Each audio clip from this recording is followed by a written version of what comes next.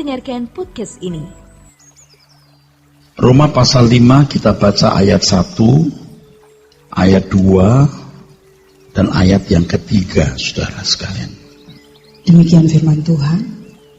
Sebab itu, kita yang dibenarkan karena iman, kita hidup dalam damai sejahtera dengan Allah, oleh karena Tuhan kita Yesus Kristus. Oleh Dia kita juga beroleh jalan masuk oleh iman kepada kasih karunia ini. Di dalam kasih karunia ini kita berdiri dan kita bermegah dalam pengharapan akan menerima kemuliaan Allah.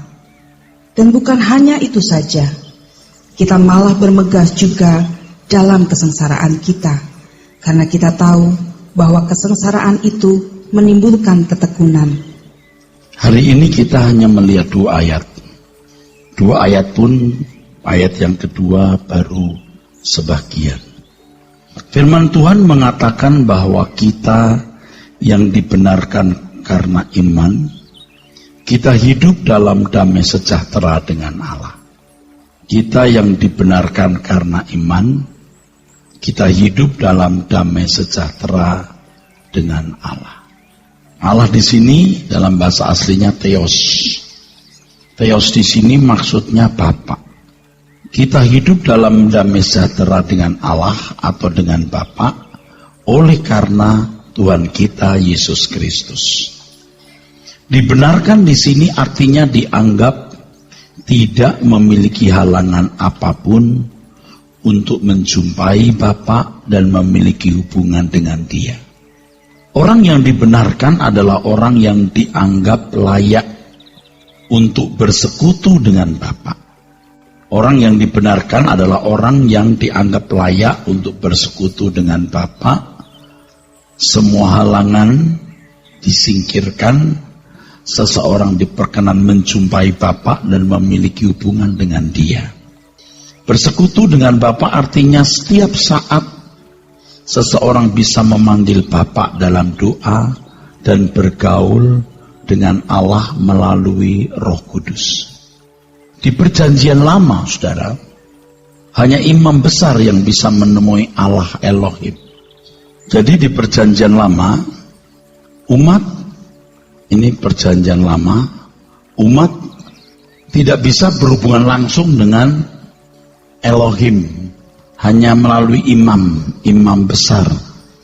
Itu pun hanya setahun sekali. Di perjanjian baru kita mengenal bahwa di dalam Elohim ada Bapa, ada Anak.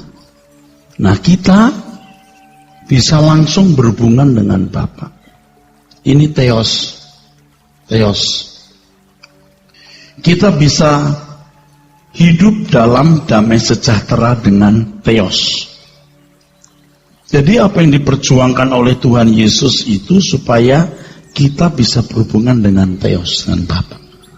Hidup dalam damai sejahtera dengan Bapa maksudnya adalah hidup dalam persekutuan atau kebersamaan dengan Allah secara harmoni. Saya makin menyadari bahwa penggunaan kata Allah di perjanjian baru itu mengacaukan, saudara. Mestinya menggunakan kata Theos. Sebab kalau menggunakan kata Allah, jangan-jangan asumsi orang seperti perjanjian lama juga menggunakan kata Allah. Sedangkan Allah di perjanjian lama itu Elohim, di perjanjian baru itu Theos. Maksudnya Bapa. Nah, kan jadi rusak. Jadi kacau. Jadi membuat tulisan saya juga jadi bingung. Jadi kalau dikatakan di dalam firman Tuhan bahwa kita yang dibenarkan karena iman, kita hidup dalam damai sejahtera dengan Theos, dengan Bapa. Oleh karena Tuhan kita Yesus Kristus, ada Theos Bapa, ada Tuhan Yesus. Jadi saya makin menyadari betapa kacaunya pikiran banyak orang Kristen ketika tidak memahami terjemahan asli Alkitab. Di dalam perjanjian baru kata Allah itu Theos dan itu menunjuk Bapa, tidak menunjuk Tuhan Yesus. Tapi kalau di perjanjian lama Elohim, di situ ada Tuhan Yesus. Jadi frustasi juga ketika kita menjelaskan ini. Dan saya harus mulai merevisi banyak tulisan saya sebelumnya. Kapan kata Elohim digunakan jika konteksnya perjanjian lama, dan kapan Theos digunakan dalam konteks perjanjian baru. Dan hal ini sebenarnya tersingkap lebih detail ketika saya menulis buku mengenai Tritunggal. Hidup dalam damai sejahtera dengan Allah itu dengan Bapa. Hidup dalam persekutuan atau dalam kebersamaan dengan Bapa secara harmoni. Keharmonisan tersebut tentu dalam satu syarat atau kondisi bahwa dua pihak merasa nyaman atau damai. Ini begini, saudara. Sekarang peta berpikir kita kan berubah total, saudara. Sekarang kita nih orang percaya, saudara ya. Ini orang percaya, saudara. Bisa bersekutu dengan Bapa. Artinya bisa berdoa, memanggil namanya setiap saat dengan Bapa. Dan di sini Tuhan Yesus menjadi juru syafaat. Jadi Tuhan Yesus ini sekarang ini di pihak kita, juga di pihak Bapa. Di pihak kita sebagai juru syafaat, di pihak Bapa sebagai perwakilan. Kalau tidak begini mau bagaimana? Apakah kita masih menyamakan Elohim? Nggak bisa. Tuhan Yesuslah sebagai syafaat, juru syafaat. Keharmonisan antara kita dengan Bapa harus dalam kondisi dua pihak merasa nyaman. Dua pihak tersebut pihak kita manusia dan pihak Allah, pihak Theos maksudnya. Kata damai sejahtera di sini saya sudah melihat bahasa aslinya dengan banyak pengertian, tetapi yang penting di sini bahwa hidup dalam damai sejahtera itu sebenarnya kata damai sejahtera itu eirene itu cukup dengan kata peace atau damai atau keharmonisan. Tapi damai sejahtera ya tidak salah, artinya dalam kerukunan, dalam harmoni. Selama ini banyak orang Kristen yang merasa telah memiliki damai sejahtera dengan Allah, Theos atau Bapa. Bisa menyampaikan doa dan permintaan dan memuji serta menyembah namanya. Tetapi mereka tidak mempertimbangkan apakah Allah merasa nyaman dalam persekutuan tersebut. Seakan-akan Tuhan Yesus itu mau berkata begini, saudara, ketahuilah bahwa Bapa itu Maha Kudus. Kamu tidak boleh main-main dengan Bapa. Aku menunjukkan kepadamu bagaimana memiliki damai sejahtera dengan Bapa, yaitu ketika segala sesuatu yang kulakukan itu selalu sesuai dengan kehendak Bapa. Makananku melakukan kehendak Bapa dan menyelesaikan pekerjaannya. Dulu Israel tidak bisa menjumpai Bapa. Dia menjumpai Elohim, di dalamnya aku. Dan aku yang selalu diutus Bapa berurusan dengan umat ini. Sekarang kau kubawa kepada Bapa. Aku menjadi yang sulung. Aku menjadi syafaat. Aku yang membawamu kepada Bapa. Apa nggak luar biasa, saudara? Nah, banyak orang Kristen merasa telah memiliki damai sejahtera dengan Bapa. Menyebut nama Bapa, menyampaikan doa, permintaan, serta memuji menyembah namanya. 1 Petrus 1 ayat 17 mengatakan, kalau kamu memanggil Allah itu Bapa, hendaklah kamu hidup dalam ketakutan selama kamu menumpang di dunia. Tidak sembarangan loh. Menyebut Bapa itu tidak sembarangan. Nah, selama ini sebutan Bapa untuk yang maha tinggi, Bapa dari Tuhan kita Yesus Kristus, sembarangan. Mereka tidak mempertimbangkan apakah Bapa merasa nyaman dalam persekutuan tersebut. Ini adalah orang-orang Kristen yang tidak dewasa, yang masih egois dan oportunis. tidak mengerti dan tidak menjaga perasaan Bapa. Memang untuk orang Kristen baru, Theos atau Allah atau Bapa tidak menuntut keadaan orang tersebut sempurna dan dapat menyukakan hatinya.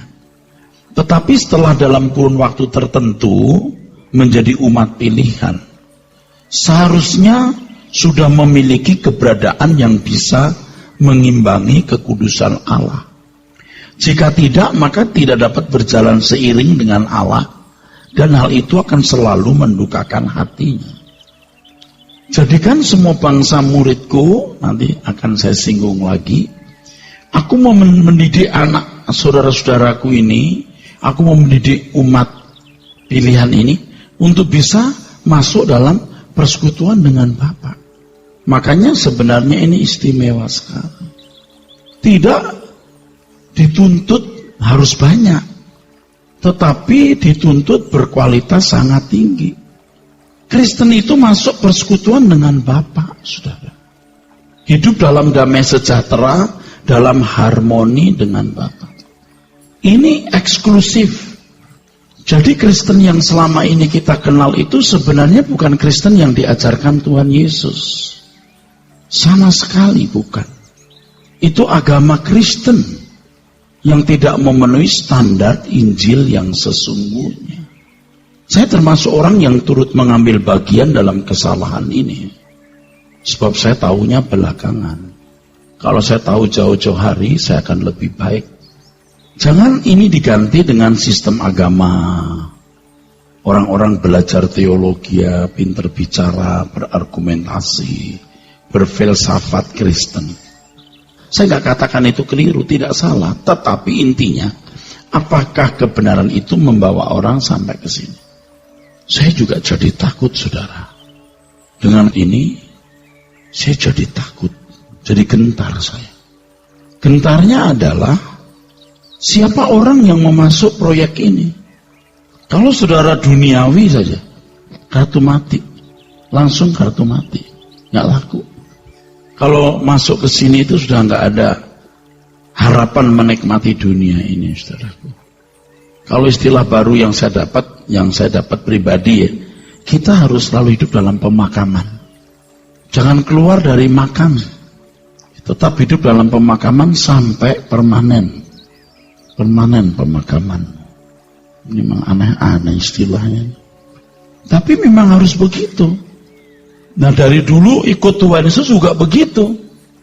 Nah banyak orang merasa sudah jadi anak Allah, sudah menyebut Allah sebagai Bapa, memuji, menyembah namanya, dan dia pikir dia sudah sepihak dengan Allah.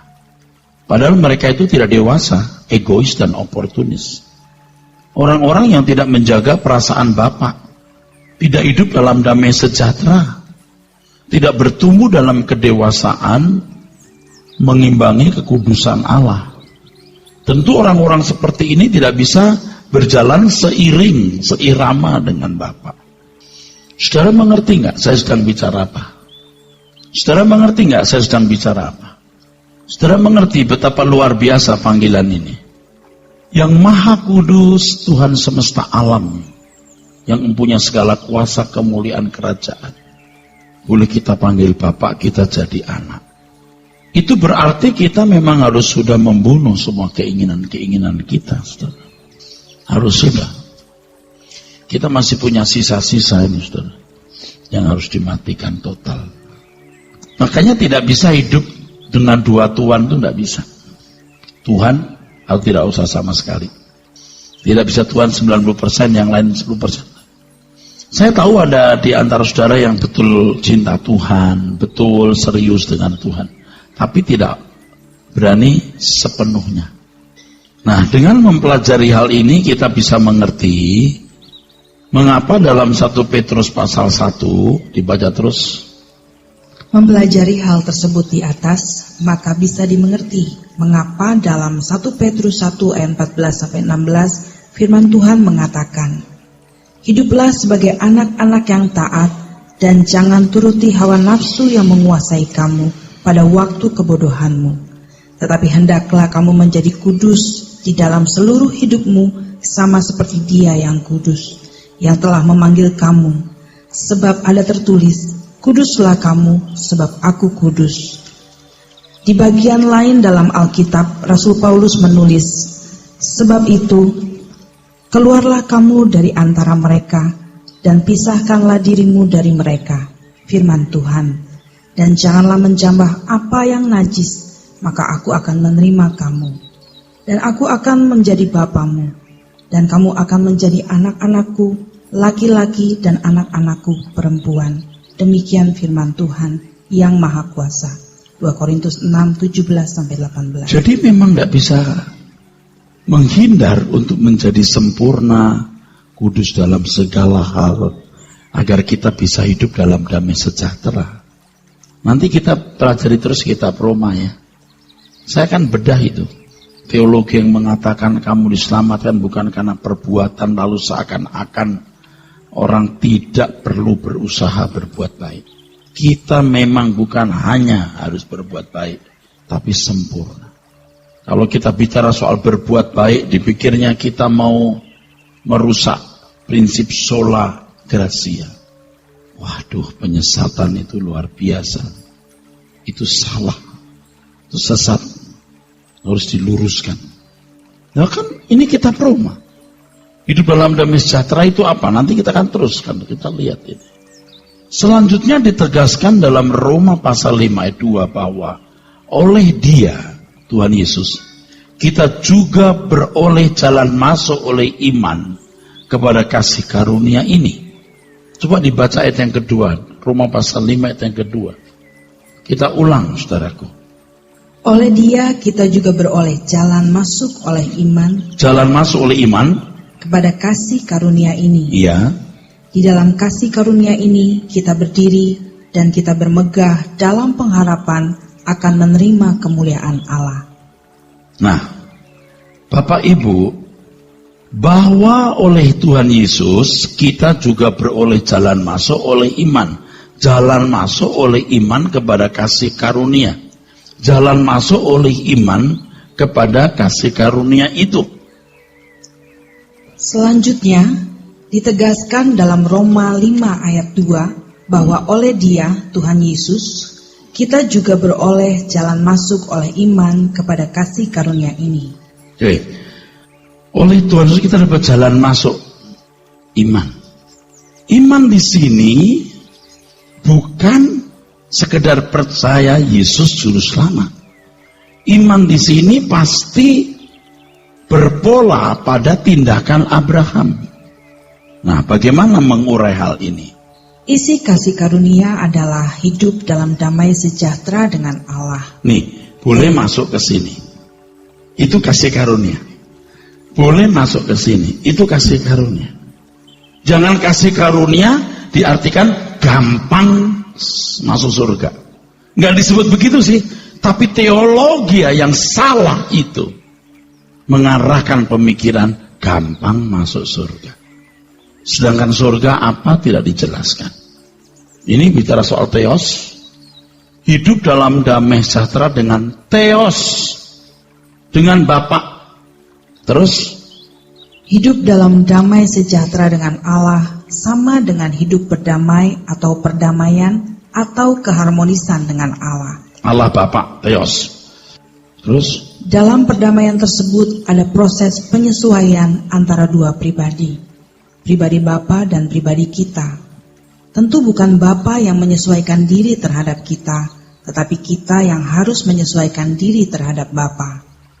Hal ini sejajar dengan pernyataan bahwa hanya orang-orang yang dipimpin oleh Roh yang disebut anak-anak Allah. Roma 8:14. Kata dipimpin di sini dalam teks aslinya adalah ago, yang artinya sama dengan menuntun.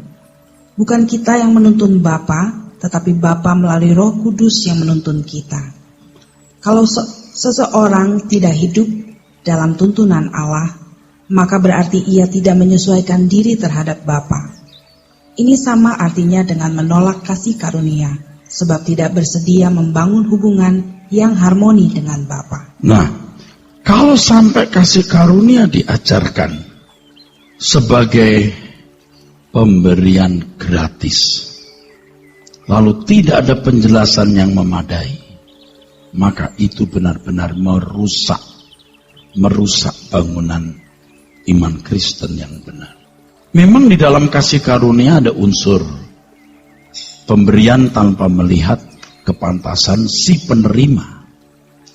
Kasih karunia bicara soal pemberian tanpa pembayaran, tanpa kita membayar.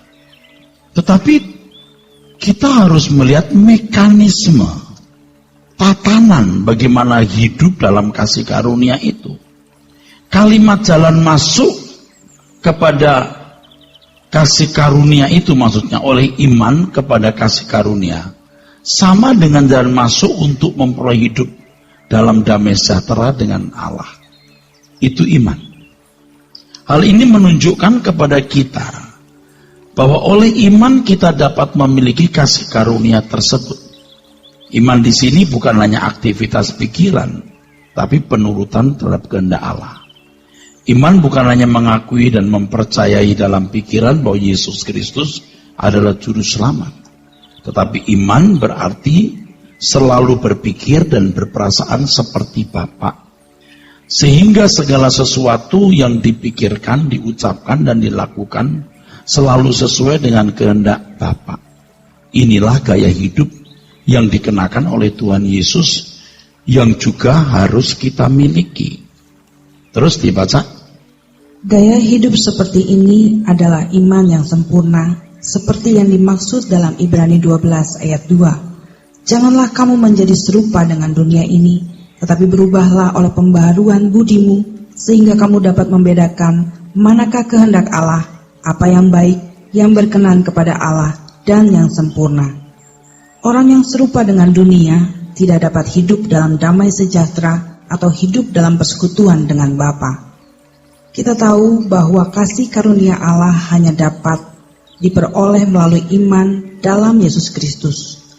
Adapun isi kasih karunia, yaitu kondisi bisa bersekutu dengan Allah, hanya dapat dimiliki atau dialami seseorang oleh karena Tuhan Yesus Kristus. Ya, ini kalimat ini harus dipahami secara utuh, cerdas, jujur, dan adil.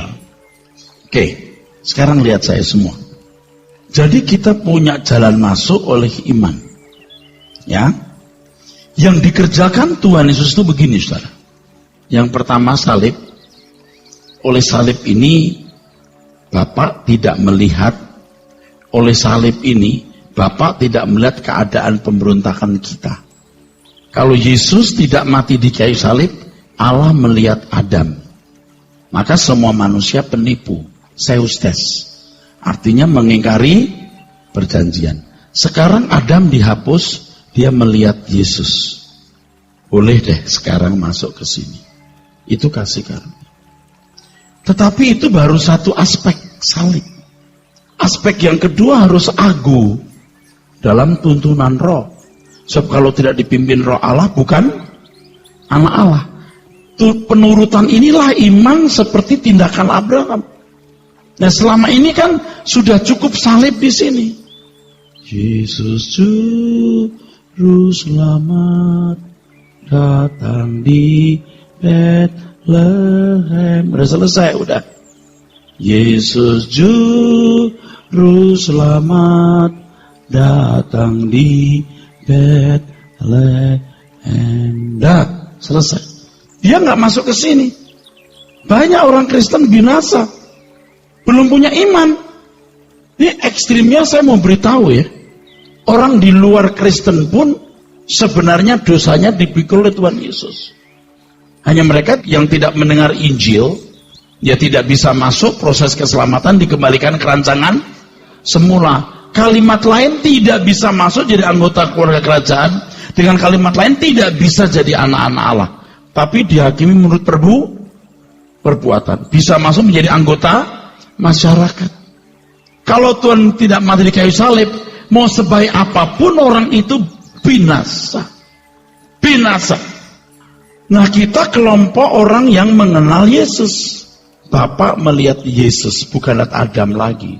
Semua manusia penipu, kata Alkitab. Penipu atau pembohong di sini bukan merah bilang biru, kuning bilang coklat. Enggak, artinya mengingkari perjanjian. Enggak bisa masuk kelompok ini, enggak bisa. Dilihat Adam, sekarang Tuhan telah mati di kayu salib. Bapak melihat Yesus. Muridkan ya. Muridkan ya. Aku jadikan anakku. Muridkan ya. Oleh Roh Kudus dimuridkan. Tapi kalau tidak mau nurut, berarti menolak kasih karunia. Nah, orang-orang bodoh berkata, waduh itu kalau begitu keselamatan bukan karena kasih karunia, Pak, karena perbuatan. Ini kan orang-orang bodoh yang pendek pikirannya, tidak melihat mekanisme ini. Dan itu kelompok terbesar loh di dunia. Sampai hilang akal, tidak menemukan kebenaran, lalu muncul doktrin, ada yang dipilih untuk selamat, yang lain dipilih, dan yang lain tidak dipilih untuk selamat. Jadi rusak sekali. Dan selama ini tidak ada yang berani dengan tegas menentang itu. Tapi saya mau kasih tahu, itu salah. Salah sekali. Yang benar gimana? Tidak bisa dikalimatkan dengan satu kalimat. You harus ikut PA terus. Ini kitab Roma ini baru sampai pasal 5 ayat bagian A 1 dan 2 bagian A. Jadi Roma pasal 5 1 dan 2 pun cuma bagian A. Sudah 25 kali bertemu. Sama kita lihat nih saudaraku ya, kasus yang berlangsung hari ini yang sedang seru-serunya. Saya lihat orang itu sangat tidak adil, sangat diktator.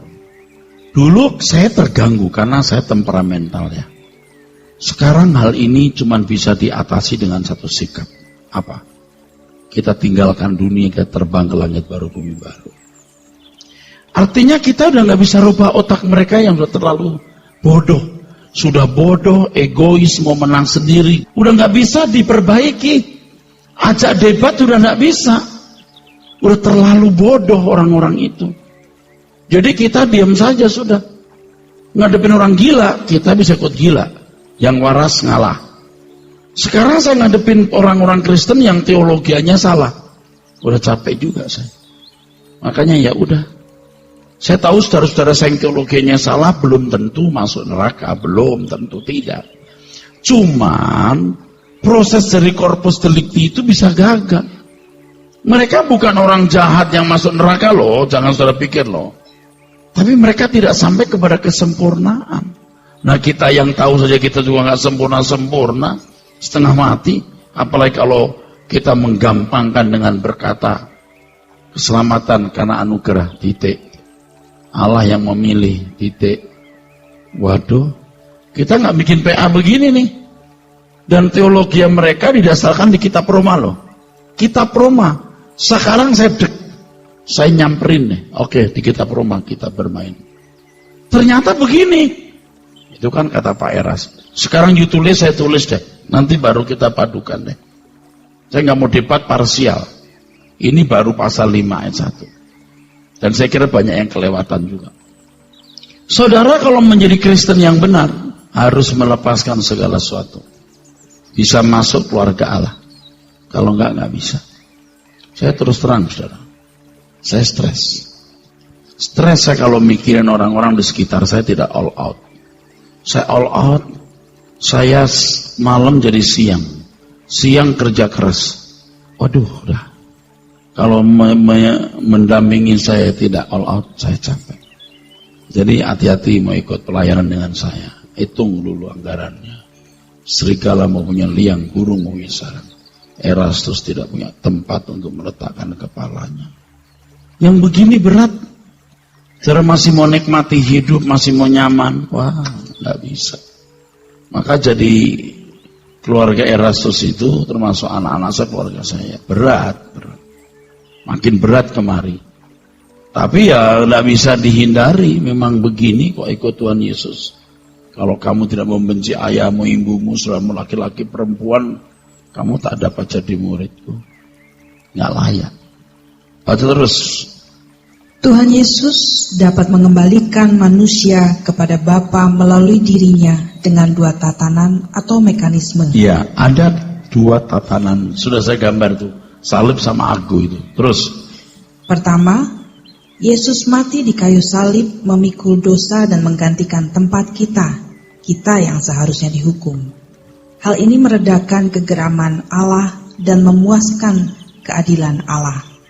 Hanya manusia yang tidak berdosa, dalam hal ini Yesus, yaitu anak Allah yang menjadi manusia, yang dapat menanggung dosa kesalahan manusia.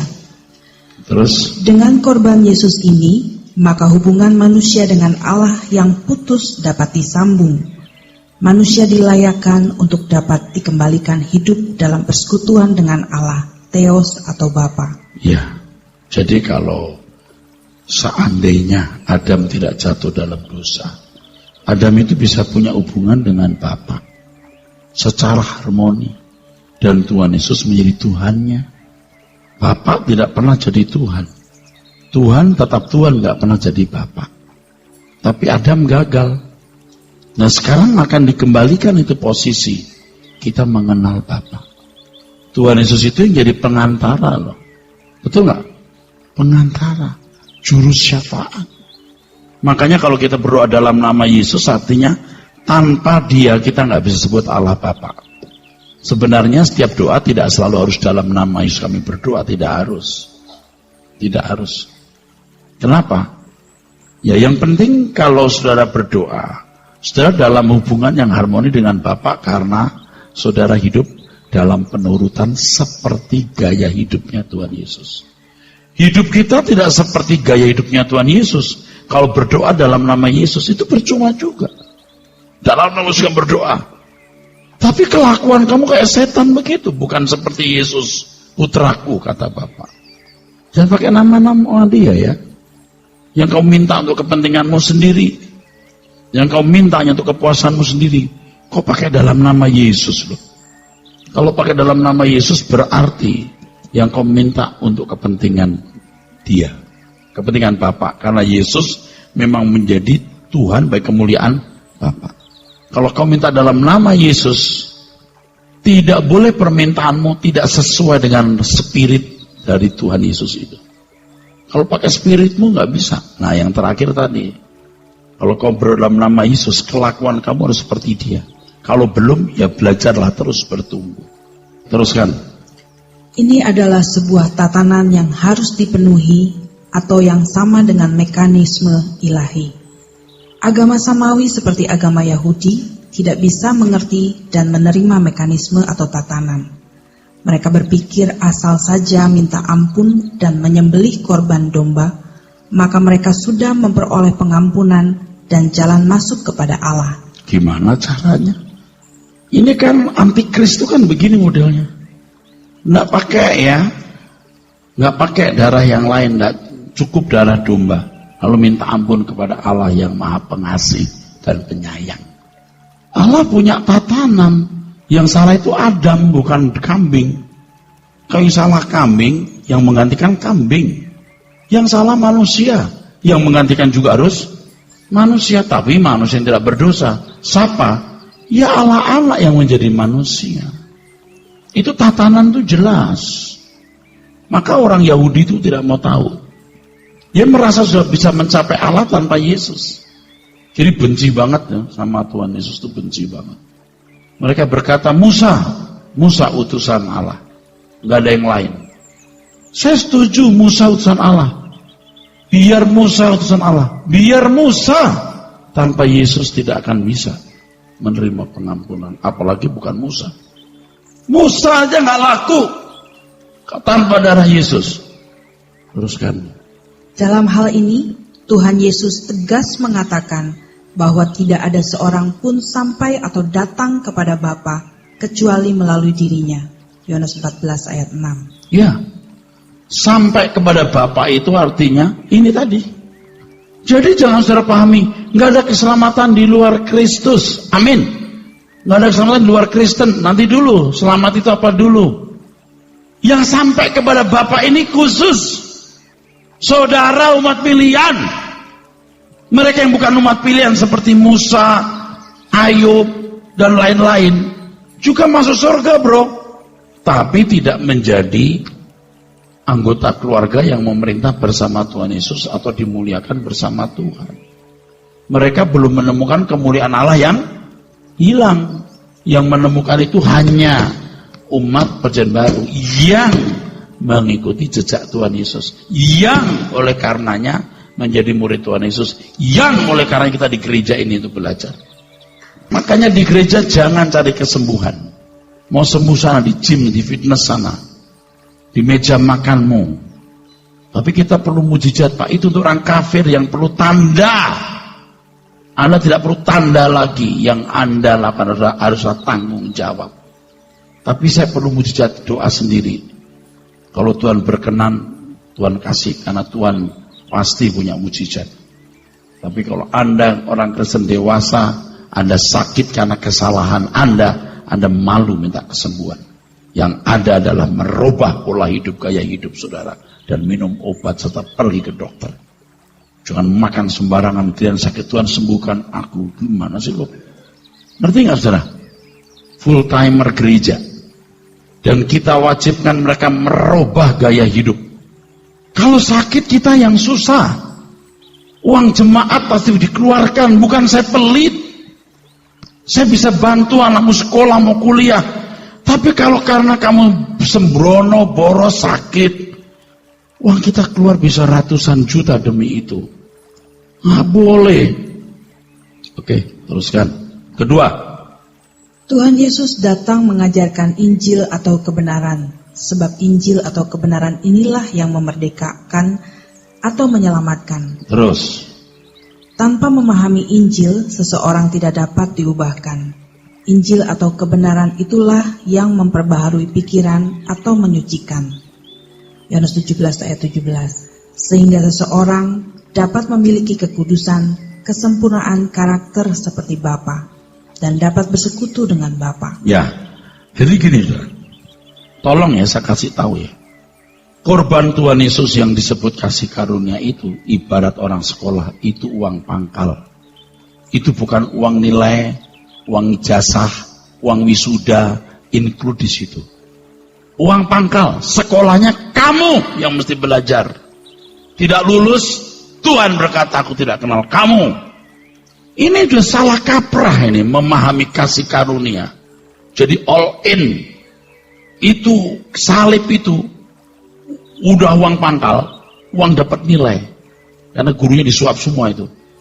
Bikin nilai 9, 9, 10, 10, 10, umat menang. Tanpa belajar menang, tanpa bergumul menang. Uang wisuda. Udah, di wisuda aja. Tapi gak gitu dong Pak. Lalu yang merju gimana? Begini-begini. Muter nanti jawabannya, pasti muter. Dasar memang ya, nanti pinjam filsafat alasan-alasan itu. Udah, saya gak mau ngomong, males. Dan gak mau ngalah. Apalagi kalau sudah membela premis. Premis itu lahir dari seorang tokoh teolog yang terhormat. Saya bukan tidak menghormati teolog-teolog itu. Saya memahami mereka dipakai Tuhan luar biasa pada zamannya.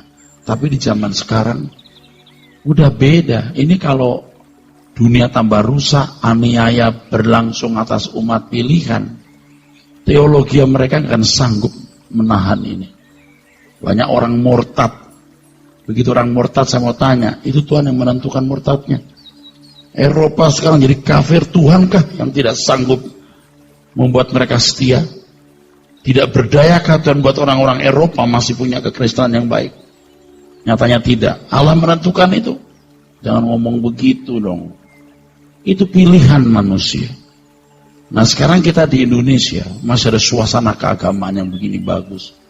Dan di sini Anda punya kesempatan untuk kembali kepada rancangan Allah semula. Ayo kita bekerja keras. Udah puncak kita ini. Kenapa? Yang kita ajar satu, kesucian yang sempurna, langit baru, bumi baru, tidak mencintai dunia. Ajaran apa lagi sih saya? Tapi yuk bekerja keras, maksimalkan potensi. Coba mau apa lagi sih? Ajaran apa lagi sih? Yang lebih dari ini. Ini yang diajarkan Tuhan Yesus. Teruskan. Dalam hal ini Tuhan Yesus sendiri telah berjuang untuk dapat mencapai kesempurnaan tersebut. Setelah ia mencapai kesempurnaan. Setelah Yesus mencapai kesempurnaan. Maka ia dapat menjadi pokok keselamatan bagi mereka yang taat. Ibrani 5 kita baca ayat 7-9. Dalam hidupnya sebagai manusia, ia telah mempersembahkan doa dan permohonan dengan ratap tangis dan keluhan kepada Dia yang sanggup menyelamatkannya dari maut, dan karena kesalehannya ia telah didengarkan. Dan sekalipun ia adalah anak, ia telah belajar menjadi taat dari apa yang telah dideritanya. Dan sesudah ia mencapai kesempurnaannya, ia menjadi pokok keselamatan yang abadi bagi semua orang yang taat kepadanya. Yang taat, bukan otomatis dia menjadi penggubah. Itulah sebabnya mandat utama yang harus dipenuhi, menjadikan semua bangsa murid. Menjadi murid berarti belajar hidup seperti Dia hidup. Itulah sebabnya Tuhan memberikan rasul, nabi itu dulu. Sekarang penginjil, guru, dan gembala. Saya ini guru merangkap gembala. Untuk penyempurnaan karakter umat. Semua jawatan ini dalam gereja harus dapat mengkondisi jemaat, dapat berhubungan dengan Tuhan Yesus melalui Roh Kudus agar dapat belajar gaya hidup yang dikenakan oleh Tuhan Yesus. Itulah yang dimaksud belajar menjadi murid Tuhan Yesus atau mengikuti jejaknya. Semua ini dapat berlangsung oleh karena Roh Kudus yang menuntun orang percaya kepada segala kebenaran. Jadi yang dimaksud belajar menjadi murid itu mengikuti jejaknya. Jadi kalau seorang Kristen tidak mengalami perubahan pikiran untuk menjadi seperti yang dikehendaki oleh Allah, maka ia tidak dapat mengimbangi Allah. Akibatnya, ia tidak bisa hidup dalam damai sejahtera dengan Allah. Tidak bisa hidup harmonis. Dengan demikian, hidup dalam damai sejahtera dengan Allah bukan sesuatu yang otomatis dan gampang berlangsung. Ini sebuah proses pemuritan untuk bisa menjadi dewasa sempurna seperti Bapa. Dan itu mutlak harus dialami. Kesalahan banyak orang Kristen, mereka merasa sudah memiliki hidup dalam damai sejahtera dengan Allah karena korban Yesus di kayu salib yang diyakininya dalam pikiran. Mereka mengisi hari hidupnya hanya menjadi orang Kristen yang pergi ke gereja pada hari Minggu atau di hari yang lain. Kekristenan seperti ini adalah kekristenan semu, palsu, dan hanya dalam fantasi. Kualitas karakter sebagian besar mereka yang tidak semakin seperti Yesus menutup kemungkinan untuk hidup dalam damai sejahtera dengan Allah. Jadi semakin orang berlama-lama hidup sesukanya sendiri, semakin tidak bisa. Kalau tidak serupa dengan Tuhan Yesus, tidak bisa hidup dalam damai sejahtera dengan Allah. Nah, yang ini patut direnungkan, saudara. Ini Bapak, ini Tuhan Yesus. Ini ya, jadikan semua bangsa muridku. Ini penting sekali.